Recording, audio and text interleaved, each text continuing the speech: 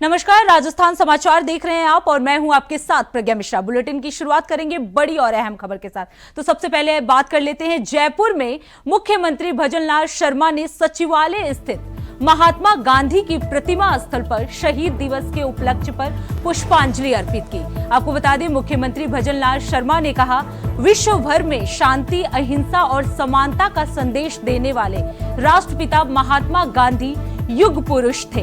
उन्होंने राष्ट्रपिता महात्मा गांधी के आदर्शों से प्रेरणा लेकर सत्य, न्याय और श्रम के उनके आदर्शों के मार्ग पर चलते हुए विकसित भारत के लिए कार्य करने का भी आह्वान किया।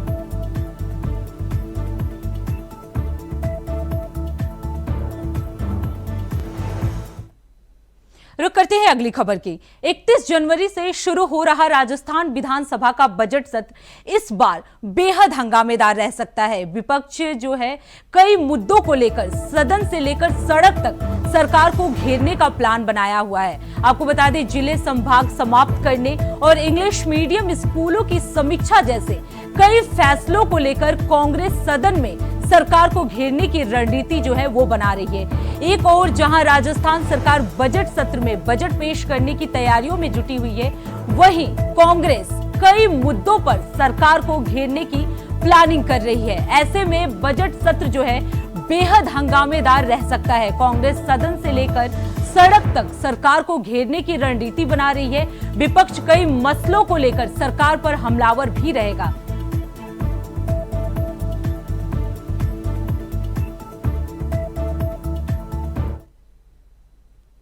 देखिए, कल से राजस्थान विधानसभा का सत्र शुरू हो रहा है। 12:30 बजे मंत्रिमंडल की बैठक है, 2 बजे विधायक दल की बैठक है। कायदे से अगर बात करें तो प्रतिपक्ष के पास ऐसा कोई मुद्दा नहीं है कि वो सरकार को घेर सके, लेकिन चूंकि प्रतिपक्ष होता है, अगर वो सकारात्मक रूप से कोई बात करेंगे तो सकारात्मक रूप से जवाब दे दिया जाएगा, और अगर वो कोई दूसरा रुख अख्तियार करते हैं तो फिर उसी के मुताबिक उनको जवाब दिया जाए। कि भारत सरकार के बजट से राजस्थान को बहुत सारी उम्मीदें हैं। आदरणीय प्रधानमंत्री जी ने राजस्थान को जिस प्रकार अब तक अपना आशीर्वाद दिया है, इस बजट में भी राजस्थान को अच्छा खासा सहयोग मिलेगा, ऐसी उम्मीद है, और उसी के मुताबिक फिर राजस्थान सरकार का बजट भी उसी के अनुरूप आएगा। सबसे पहले तो आज शहीद दिवस पे सभी को हम नमन करते हैं, हमारे महात्मा गांधी जी को। और सदन की तैयारी अच्छी है और हमेशा अच्छी रहती है। निश्चित रूप से आने वाला जो बजट भी होगा वो भी अच्छा होगा, राजस्थान की जनता के विकास के लिए होगा। और जो विधानसभा चलेगी वो निश्चित रूप से बड़ी तैयारी के साथ हमारे मंत्रीगण सब है, और अभी विधायक दल की बैठक होगी आज, निश्चित रूप से अच्छे निर्णय लिए। देखो, हमेशा अच्छा ही बजट आया है केंद्र से, और माननीय यशस्वी प्रधानमंत्री नरेंद्र मोदी जी के नेतृत्व में हिंदुस्तान विकास की ओर बढ़ रहा है, और राजस्थान भी हमारे यशस्वी मुख्यमंत्री भजनलाल जी की नेतृत्व में विकास कर रहा है। के पास ना तो कोई मुद्दा है ना कोई सोच है। राजस्थान की सरकार ने 1 वर्ष में राजस्थान को अग्रणी प्रदेशों में शामिल करने के लिए जिस तरह के काम किए हैं, उससे विपक्ष हतोत्साहित हो गया है। जिस तरह से कानून व्यवस्था पर कंट्रोल हुआ है, जिस तरह से विकास की योजना धरातल पर आई हैं, राम सेतु जल योजना जो पूर्व में ERCP के नाम से जानते थे, उसका शुभारंभ हुआ है। पानी की व्यवस्था को सुधारने के लिए सकारात्मक प्रयास हुए हैं। बिजली की व्यवस्था को सुधारने के लिए देखिए, उन्होंने पिछले समय में उधार बिजली ली थी, हम उसको भी चुका रहे हैं, और आम जनता को समुचित बिजली मिले इसकी व्यवस्था माननीय मुख्यमंत्री जी और बिजली मंत्री जी कर रहे हैं। इससे वो हतोत्साहित है। वो अपने आप में, कांग्रेस अपने नेताओं के बीच में घिरी हुई है, एक दूसरे पर प्रत्यारोप लगाते हैं, रेट रेस है उनमें, कौन आगे चले कौन पीछे चले, इससे घुरी। उनके पास कोई मुद्दा नहीं। मैं तो कहूंगा, आज महात्मा गांधी जी की पुण्यतिथि पर हम सब लोग यहाँ प्रार्थना करने आए कि ईश्वर उनको भी सद्बुद्धि दे और सकारात्मक रूप से सरकार जो विकास कर रही है राजस्थान के विकास में सहभागी बने। उसने कहा, घेरने की बात, घेरने वालों को आईना दिखा देंगे। हम सही काम करते हैं, जनता के हित में करते हैं, शिक्षा विभाग में छात्रों के हित में वहीं इस खबर पर ज्यादा जानकारी देने के लिए हमारे साथ भुवनेश टाक जुड़ चुके हैं। भुवनेश, कल से विधानसभा का बजट सत्र जो है वो शुरू होने वाला है। क्या कुछ खास रहने वाला है इस बार के बजट में और कितना हंगामेदार रहने वाला है ये बजट सत्र? देखिए प्रज्ञा, आज जो सत्ता दल है भाजपा, उनके विधायकों की बैठक हुई है। वहीं विपक्ष में जो कांग्रेस है, उनके भी विधायक दलों की बैठक हुई। दोनों ही अपनी अपनी रणनीति बना चुके हैं। सरकार चाहती है कि ये जो सत्र है वो शांतिपूर्वक और अच्छे से चले और जितने दिन का सत्र है उसमें अच्छे से चर्चा हो, जनहित के मुद्दों पर चर्चा हो और बजट अच्छा पेश किया जाए, जिससे कि जो एक वर्ष बीत चुका है भाजपा सरकार का राजस्थान में और आगे जो 4 साल बचे हैं उसमें वो अच्छा काम करे। वहीं दूसरी बार देखा जाए तो प्रतिपक्ष नेता जो टीकाराम जूली है, उनका कहना है कि वो सदन में जो जनता के साथ कुठाराघात हुआ है या सरकार जो विफल रही है, सरकार की कुछ बड़ी बातें वो विफलता के तौर पे बता रहे हैं। जैसा कि अभी आपने बताया कि सरकारी जो स्कूल है इंग्लिश मीडियम, उनमें से कुछ स्कूलों को बंद किया, इसको लेके कांग्रेस रणनीति बना रही है। दूसरा सबसे बड़ा मुद्दा जो है वो ऐसा ही भर्ती परीक्षा के पेपर लीक वाला जो है, उस पर भी डिसीजन नहीं ले पाई है सरकार की ऐसा ही भर्ती परीक्षा को यथावत रखा जाए या स्थगित किया जाए।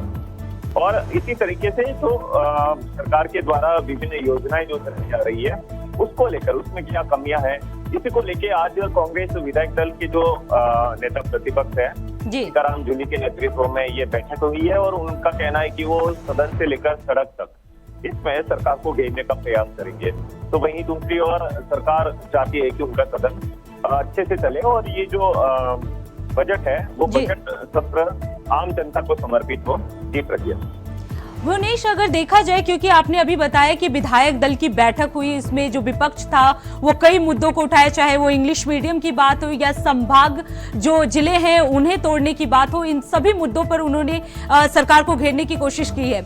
लेकिन जहां अगर सत्ता दल की बात की जाए तो वो साफ कह रहे हैं कि इसमें विपक्ष के पास कोई मुद्दा नहीं है। इसका क्या मायने निकाला जाए? जी बिल्कुल प्रज्ञा, जैसा कि अभी हमने इस खबर में दिखाया कि एक जो उप मुख्यमंत्री प्रेमचंद बैरवा सहित 3 जो मंत्री हैं उनके बयान हमने हमारे दर्शकों को सुनाए। उसमें उनका कहना है कि विपक्ष के पास में मुद्दा नहीं है, लेकिन विपक्ष क्योंकि विपक्ष होता है तो वो कोई ना कोई बहाने और बातों को उठाता है और अगर वो सकारात्मक बातें करते हैं या सकारात्मक मुद्दे अगर सदन में रखते हैं तो उस पर चर्चा जरूर होगी और जो जनहित के मुद्दे हैं उस पर सत्ता पक्ष या विपक्ष दोनों को असहमत नहीं होना चाहिए। यही हमारे भारत के लोकतंत्र की जो व्यवस्था है एक खूबी है और अच्छाई है। भुवनेश, अगर बात की जाए, क्योंकि बजट सत्र से पहले विधानसभा की तस्वीर भी बदल गई है। बताया जा रहा है कि जो कारपेट था उसका भी रंग बदल दिया गया, अब वो पिंक कलर का हो गया है। इसके क्या मायने निकाले जाए? बिल्कुल प्रज्ञा, जैसा कि आप बता रही है कि विधानसभा के अंदर का जो कारपेट है, वहाँ का जो सोफे का जो कवर है उसको गुलाबी नगरी के जरिए गुलाबी कर दिया गया और ये खबर प्रमुखता से इंडिया वॉइस ने दिखाई भी थी और उस समय हमने बताया था कि इसको लेके सत्ता पक्ष और विपक्ष दोनों के बयान सामने आए थे। जहां विपक्ष का ये कहना है कि ये जो कलर जो है गुलाबी रंग जो है ये राजशाही का प्रतीक है, तो इसमें सरकार फालतू में पैसा व्यर्थ कर रही है और हरा कलर है वो शांति का प्रतीक है। और विपक्ष के जो अन्य विधायक है, एक निर्दलीय विधायक है, उनका भी ये आरोप था कि सरकार जो सदन के अंदर ये बदलाव किया है रंग में उन्होंने इसका गुलाबी रंग करके, तो गुलाबी रंग बिल्कुल भुवनेश, देखना ये होगा कि कल के बजट सत्र में क्या कुछ खास होने वाला है और कितना हंगामेदार रहने वाला है। भुवनेश, आप बने रहिएगा, आगे भी आपका रुख करेंगे। अब रुक कर लेते हैं अगली खबर की। राजस्थान विधानसभा के बजट सत्र का आगाज कल यानी 31 जनवरी सुबह 11 बजे राज्यपाल के अभिभाषण के साथ होगा। आपको बता दें 19 फरवरी को सदन में बजट पेश किया जाएगा। वित्त मंत्री के रूप में दिया कुमारी जो है अपना दूसरा बजट जो है वो पेश करेंगे। फिर बजट पर चर्चा भी की जाएगी। इस दौरान भजन लाल शर्मा के इस बजट सत्र में कई महत्वपूर्ण बिल लाने की भी तैयारी है। आपको बता दें विधानसभा के बजट सत्र को लेकर आज सत्ता पक्ष और विपक्ष ने अपनी रणनीति पर मंथन किया। वहीं दोपहर 2 बजे के बाद मुख्यमंत्री आवास पर यह विधायक दल की जो है बैठक हुई। मुख्यमंत्री भजनलाल शर्मा की अध्यक्षता में इस बैठक में फ्लोर मैनेजमेंट, विपक्ष के रणनीति का जवाब देने, इस सत्र में पेश किए जाने वाले बिलों को लेकर और पूछे जाने वाले विधायकों के प्रश्नों के जवाब देने के लिए मंत्रियों की तैयारी सहित विभिन्न मुद्दों पर भी चर्चा की गई। लगातार भुवनेश टाक हमारे साथ बने हुए हैं। भुवनेश, आज विधानसभा में विधायक दल की बैठक हुई, क्या कुछ खास रहा इस बैठक में? किन किन मुद्दों पर चर्चा की गई?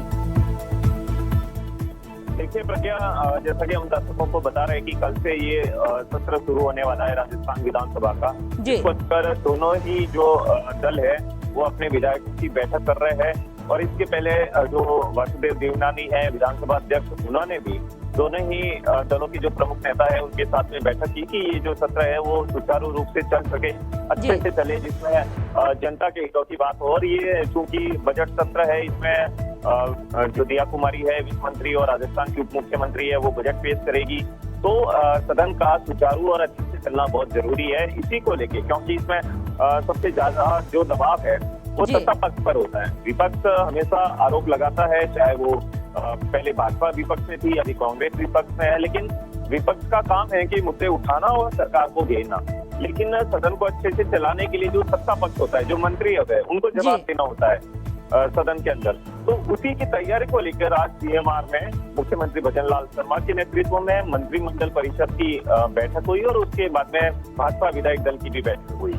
मंत्री परिषद की बैठक इसलिए महत्वपूर्ण है क्योंकि उन्हीं के सामने सदन में सवाल रखे जाते हैं, तो उनको जवाब देना होता है। और अगर तैयारी अच्छे से नहीं हो, आप किसी भी सवाल का जवाब नहीं दे पाए, तो विपक्ष हंगामा जरूर करेगा।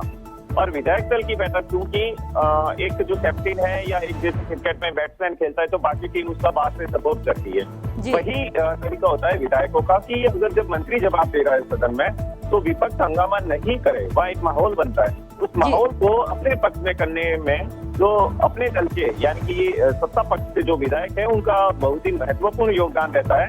और इसी को लेकर आज मुख्यमंत्री भजनलाल शर्मा ने मंत्री परिषद इस बैठक में कौन कौन मंत्री जो है वो शामिल हुए थे और किन मुद्दों पर चर्चा हुई थी? प्रज्ञा, देखिए, बैठक चूंकि सीएमआर में थी मुख्यमंत्री निवास पर, तो वहाँ राजस्थान के मुख्यमंत्री भजनलाल शर्मा, दोनों डिप्टी सीएम जो है प्रेमचंद बैरवा और वित्त मंत्री और उप मुख्यमंत्री दिया कुमारी, जिनका आज जन्म दिवस है, वो भी उसमें उपस्थित रही। कैबिनेट के सारे मंत्री जो है। बिल्कुल भुवनेश, अब देखना ये होगा कि कल का विधानसभा सत्र जो शुरू हो रहा है कितना अहम होगा और कितना हंगामेदार रहने वाला है। बहुत बहुत धन्यवाद भुवनेश इस खबर पे ज्यादा जानकारी देने के लिए।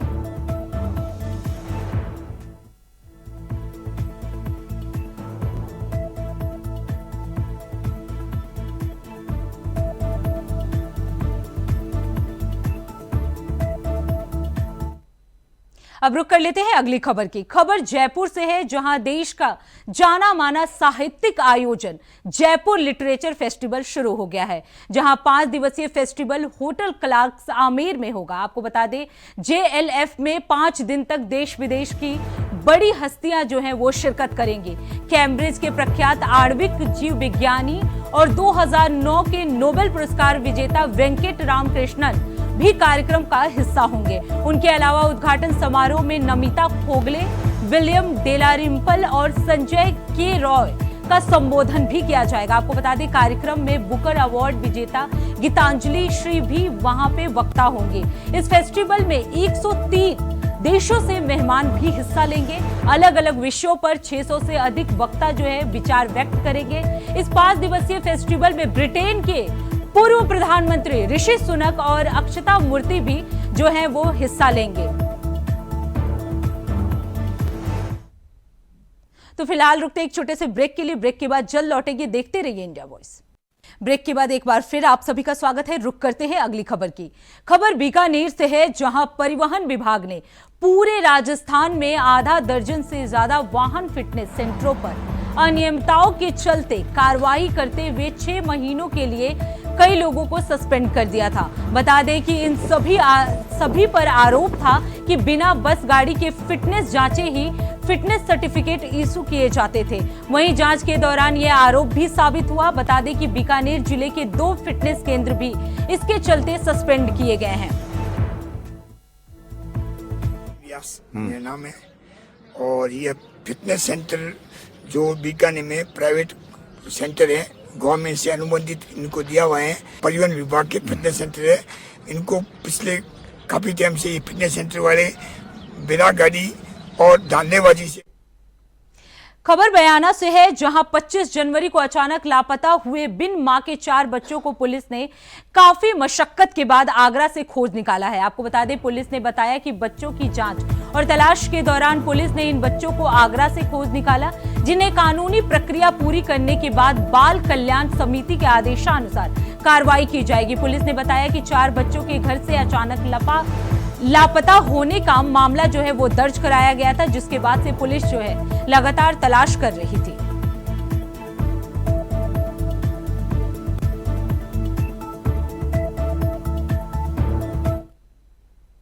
खबर अजमेर से है, जहां 2 ट्रेलरों की आमने सामने भिड़ंत हो गई। इस हादसे के बाद दोनों ट्रेलर में अचानक से आग भी लग गई। आपको बता दें, आग लगने से एक ट्रेलर का ड्राइवर जो है वो जिंदा जल गया, जबकि दूसरे ट्रेलर के ड्राइवर की हालत जो है नाजुक बताई जा रही है। उसे अस्पताल में भर्ती करा दिया गया है। वहीं हादसे के बाद मौके पर एक ट्रैक्टर और कंटेनर में भी भिड़ंत हो गई। पुलिस ने बताया कि एक ट्रेलर किशनगढ़ से जयपुर की ओर जा रहा था, वहीं दूसरा ट्रेलर जो है वो जयपुर से किशनगढ़ की ओर आ रहा था। इस दौरान नसीराबाद पुलिया पर दोनों की आमने सामने भिड़ंत हो गई, जिससे दोनों ट्रेलर में आग लग गई। हादसे में एक ट्रेलर ड्राइवर की जिंदा जलकर मौत भी हो गई है।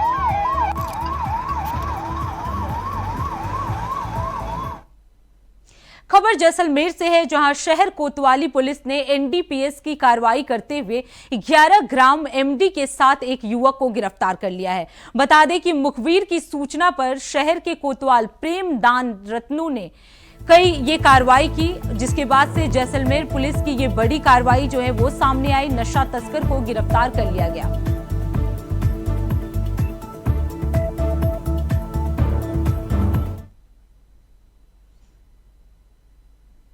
रुक करते हैं अगली खबर की। खबर चाकसू से है, जहां एक दर्दनाक हादसा हो गया है। बता दें कि अचानक एक मकान की छत पट्टियां गिरकर टूट गई, जिससे एक बुजुर्ग की दबकर ही मौके पर मौत हो गई। वहीं हादसे के बाद परिवार ने बुजुर्ग को अस्पताल में भर्ती कराया, लेकिन तब तक उस बुजुर्ग की जो है वो मौत हो चुकी थी। मृतक की पहचान किशन लाल शर्मा के रूप में की गई है।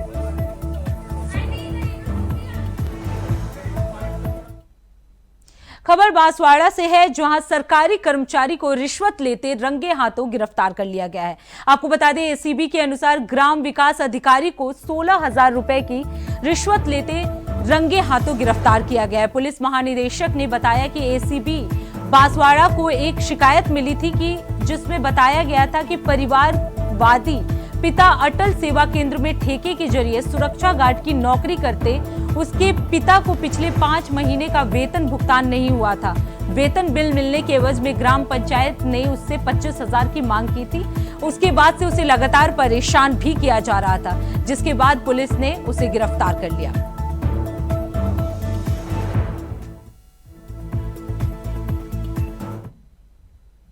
खबर सवाई माधोपुर से है, जहां एक महिला ने पुलिस अधीक्षक को ज्ञापन देकर कब्जे की नियत से मारपीट करने वाले लोगों और आरोपियों का सहयोग करने वाले पुलिसकर्मियों पर कार्रवाई की मांग की है।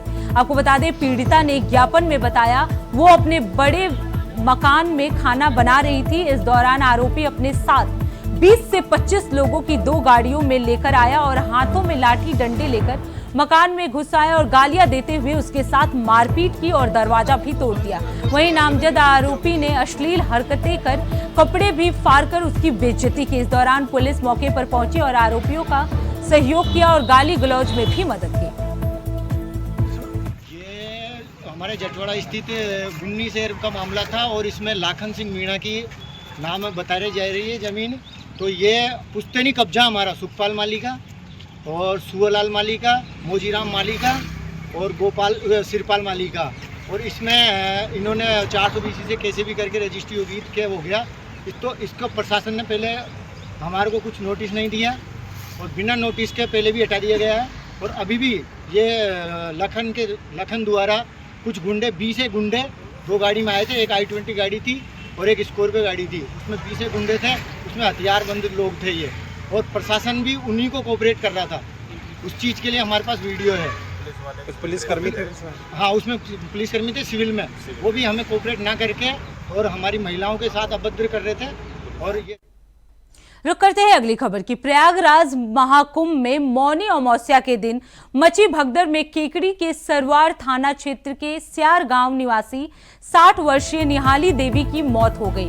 निहाली देवी अपने पति राम नारायण बैरवा के साथ प्रयागराज गई थी। उनके साथ करीब 50 अन्य यात्री भी थे, जिसमें से 28 जनवरी की रात लगभग 2 बजे जब वो संगम तट से 300 मीटर की दूरी पर थे, अचानक भगदड़ मच गई और इस दौरान पति पत्नी एक दूसरे से बिछड़ गए।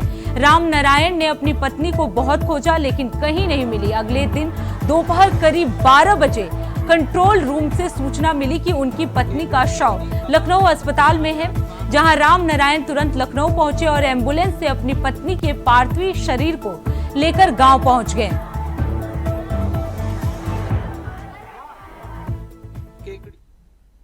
रुक करते हैं अगली खबर की। विजयनगर कांग्रेस सेवा दल ने राष्ट्रपिता महात्मा गांधी की पुण्यतिथि मनाई। खबर बिहार से है, जहां कांग्रेस सेवा दल ने राष्ट्रपिता महात्मा गांधी की 77वीं पुण्यतिथि पर माल्यार्पण कर नमन भी किया। उनके द्वारा बनाए गए मार्ग पर चलने का संकल्प भी लिया। आपको बता दें, मसूदा कांग्रेस सेवा दल विधानसभा अध्यक्ष रामलाल नंगवाडा ने कार्यकर्ताओं को संबोधित करते हुए बताया कि राष्ट्रपिता महात्मा गांधी ने भारत के स्वतंत्रता आंदोलन में अहिंसा के मार्ग पर चलकर महत्वपूर्ण भूमिका निभाई।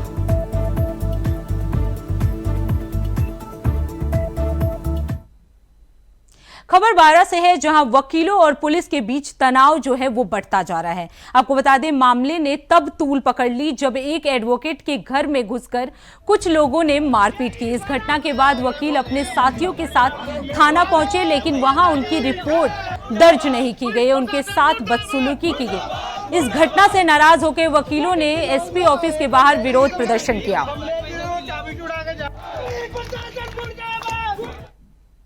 खबर नागौर से है, जहां खाकी एक बार फिर बदनाम हुई है। आपको बता दें, एक कांस्टेबल को नशा करते हुए आम जनता ने रंगों हाथे पकड़ लिया है। आपको बता दें, लोगों का आरोप है कि कांस्टेबल नशा कर रहा था और नशे में धुत होकर अभद्रता भी कर रहा था। लोगों ने कांस्टेबल की मेडिकल जांच कराने की भी मांग की। घटना की जानकारी मिलने के बाद नकाज गेट इलाके में जमा हो गए और शहर कोतवाली पुलिस का विरोध करने लगे। तो फिलहाल राजस्थान समाचार में इतना ही। देश दुनिया की तमाम बड़ी खबरों के लिए देखते रहिए इंडिया वॉइस। तब तक के लिए नमस्कार।